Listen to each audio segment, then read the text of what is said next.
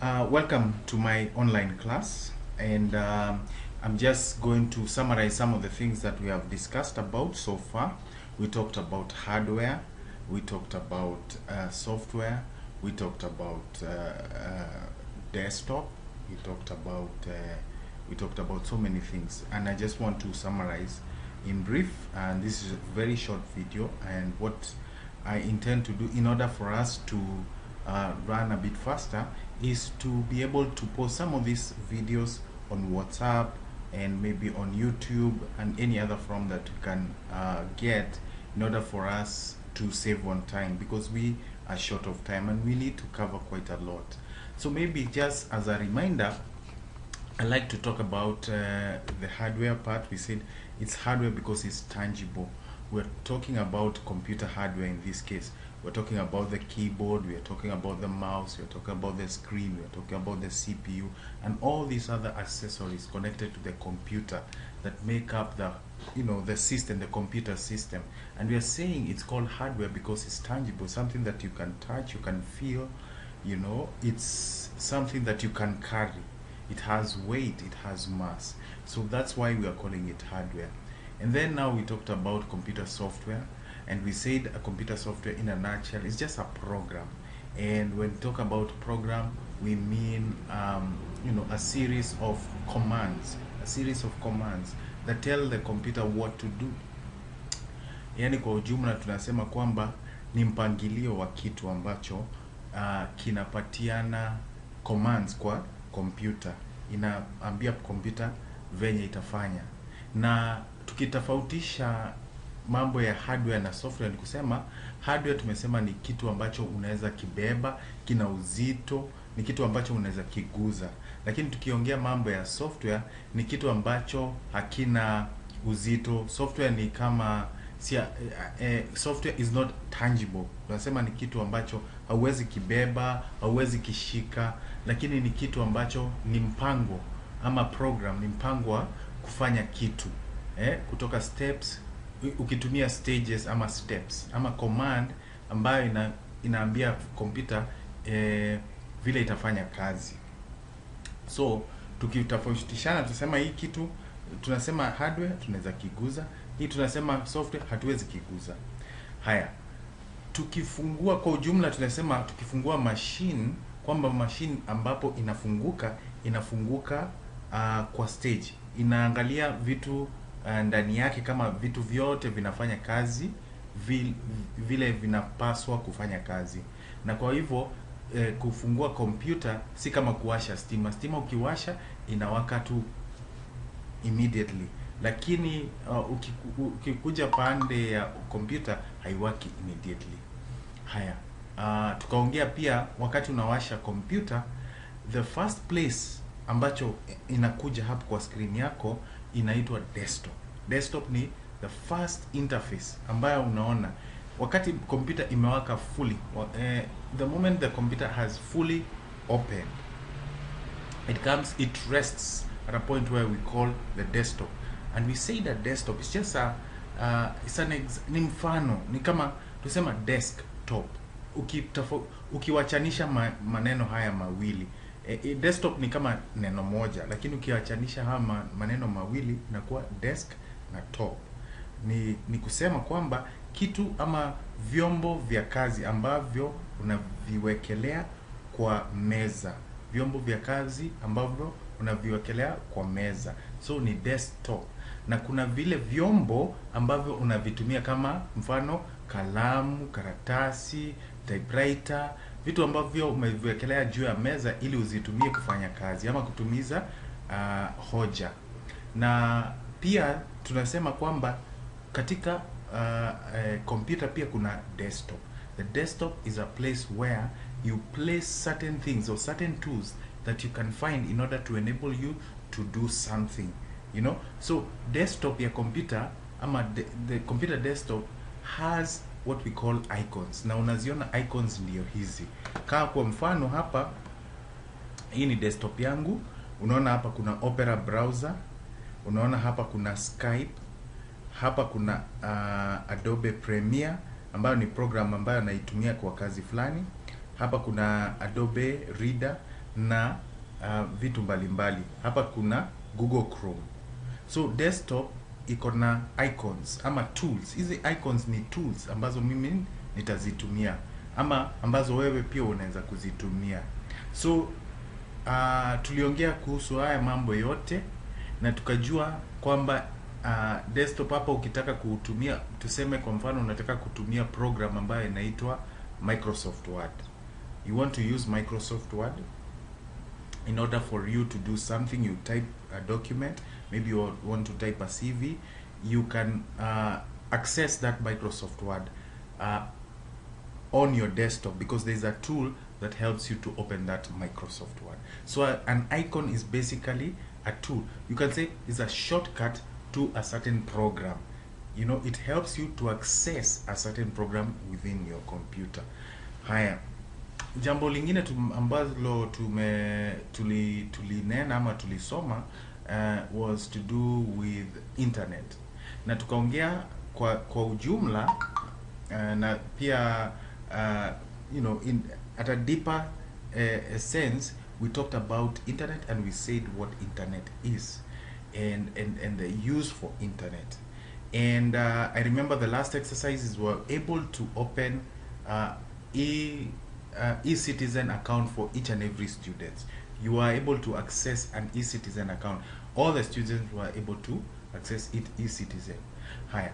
Now, just to remind us what internet is, we said internet is a network of networks. Network of networks. If you were to define internet, bila kuandika mambo mingi, ukisema network of networks. And so long as you can understand what that means, then the concept of internet is already in your mind.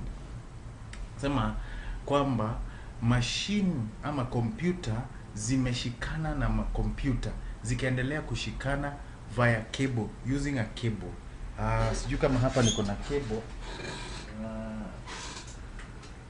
lakini nitawaonyesha cable. Kwa mfano, acha niwaonyeshe cable. Hii ni cable ambayo, hii cable ni ya internet ambayo imeshikanisha kompyuta yangu ikaenda ikashikana na kompyuta zingine. So hii kompyuta inashikanishwa na kompyuta nyingine na kompyuta nyingine, and that way they all connect to each other. So it's a network. We start with a smaller network. Maybe you have like a small network here in this building. Then that network is connected to another network in the next building, and so on and so forth. That all the networks are connected together. Maybe in Nairobi, the networks are connected to the networks in Thika, and are connected to the networks in Murang'a and Nyeri, and so on and so forth. That to the extent that we have a global network, all these computers are connected to each other. That is what you can say internet is.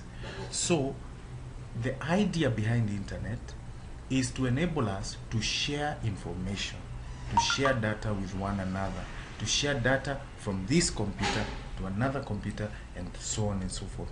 It also enables us to share certain tools, like si lazima tununue printer for every one computer. Ati hii computer iko na printer, ile computer iko na printer, hizo computer zote, kila computer iko na printer. Sisi sote tunaweza kuwa connected kwa printer moja. Badala kununua printer nyingi, tukue tuko na printer moja ambazo hizi computer zote zina connect. Sasa internet inasaidia sisi to connect, tushikane na kila mtu, yeah? We connect with one another. So that's why tunasema kwamba internet is a network of network. Na pia ujue, tukiongea mambo ya internet si kuhusu computer peke yake, tunaongea pia kuhusu simu. Simu pia ni part of the internet. And hata siku hizi tunasema kwamba hizi simu zinaweza fanya kazi yote ambayo computer inaweza fanya. Hii simu yangu wanaita simu ya rununu. This telephone can actually function as a computer. So even you can connect with this computer, this phone, to this laptop. Saa zingine hata wewe unaona kwamba mtu mwingine ako na nyimbo kwa simu yake, alafu mna connect na Bluetooth, you transfer hiyo nyimbo kutoka kwa hiyo simu kuingia kwa simu yako. Unapata pia kwamba unaweza sikia kudownload nyimbo kutoka kwa internet, unaweka wifi. Hii ina connect na mashine nyingine ambayo iko na hiyo nyimbo ambayo unaitaka. Sasa tukasema hiyo ndio internet. Sasa jambo la muhimu ni kukumbuka kwamba chombo ambacho kinatusaidia connect kwa internet inaitwa browser ama internet browser. The tool that helps us, or the program, the software that helps us to connect with one another or to connect to the internet is called a web browser. A web browser, we talked about it, if you remember, and we said it's a tool or a software or a program that helps us to connect or to access the internet. One of the students said it helps us to access to the internet, right? Okay, so, and we also said that there are various types of browsers. We have Google Chrome, we have Opera. Like you can see, I have my Google Chrome here, I have my Opera, and I used to have Mozilla, but I don't use it that much. And you can see my Explorer. So the major browsers that we talked about ni Google Chrome, tukaongea kuhusu Opera browser, tukaongea kuhusu Explorer browser, and tukaongea kuhusu Mozilla Firefox. Hizo zote zinatusaidia ku access the internet. Now,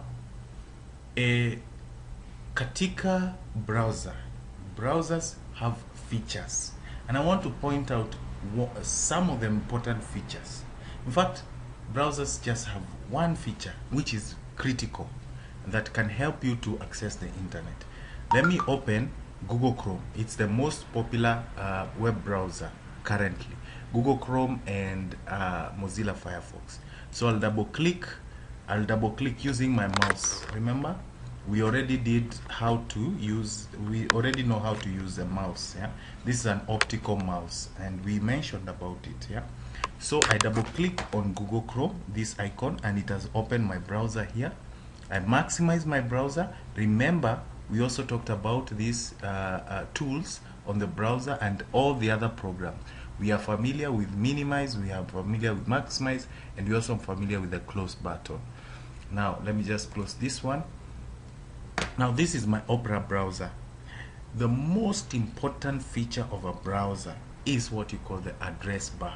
And normally, address bar is up here. Some students confuse the address bar with this, it's called keyword box of Google. Unaona hapa. Saa ingine unaona mtu akitype www hapa chini, hapa chini anatype www, unaona anaweka vitu zake hapo. Whereas the most important place to type, unaona saa ingine unaona the most important place to type ni hapa juu, na hii ndio address bar. Na address bar hapo ndio unaweka www. We already know that www inamaanisha nini? World Wide Web. So anytime that you want to go to any place in the internet, it is advisable, although it's not a must, you start with www. W ni mara tatu, and then dot, the place that you want to visit. If you know it offhand, for example, I want to visit www.google. Nina type Google, google.com. Alafu itafungua. In this case, I don't have internet connected to this laptop, right? But if it was connected, it would have opened Google for me. The most important part to remember is this address bar. This is where you will type your www. Most of us all of us have already opened email accounts. So if you want to open your email accounts, you say www. If it is Gmail, you say www.gmail.com, right? Alafu nasema enter. Don't forget that part of saying enter. You type and then you say enter. Or in saying enter, you're telling the browser to go to that place, right? Now there is always the back button. This back button, all browsers have the back button and the forward button. Now sometimes you want to go back to where you were surfing something, maybe ulikuwa kwa news, alafu kafikiria wacha nifungue email, and then umeshaangalia kila email, and then you want to go back to where you are, so you can use this back button. So those are the basics of what we have already done. We have already done the exercises. I would like us to post, I want to go ahead and post this video for your consumption, for any reference, meaning unaweza kutumia hiki chombo ama hii video ambayo nimeitengeneza to access or to refer or to do something. Kama kuna kitu ambacho umekisahau, unaweza angalia hii video. So hiyo ndio lesson ya kwanza, na nitajaribu sana kutengeneza lessons zingine kutumia hii njia ya kutengeneza video. Natumaini kwamba mmeunderstand, natumaini kwamba vitu ambazo nimezitaja utazikumbuka na utazitumia. Kumbuka kwamba basics mtakalia kwa exam, kuna ile darasa nyingine mnatumia. Tunafanya tu basic ili tukue na ile tunasema proficiency, tukue na ile skills, tukue na tukue prepared to take the course that is required, which is the advanced course, which is QuickBooks. Haya, nashukuru sana. Asanteni.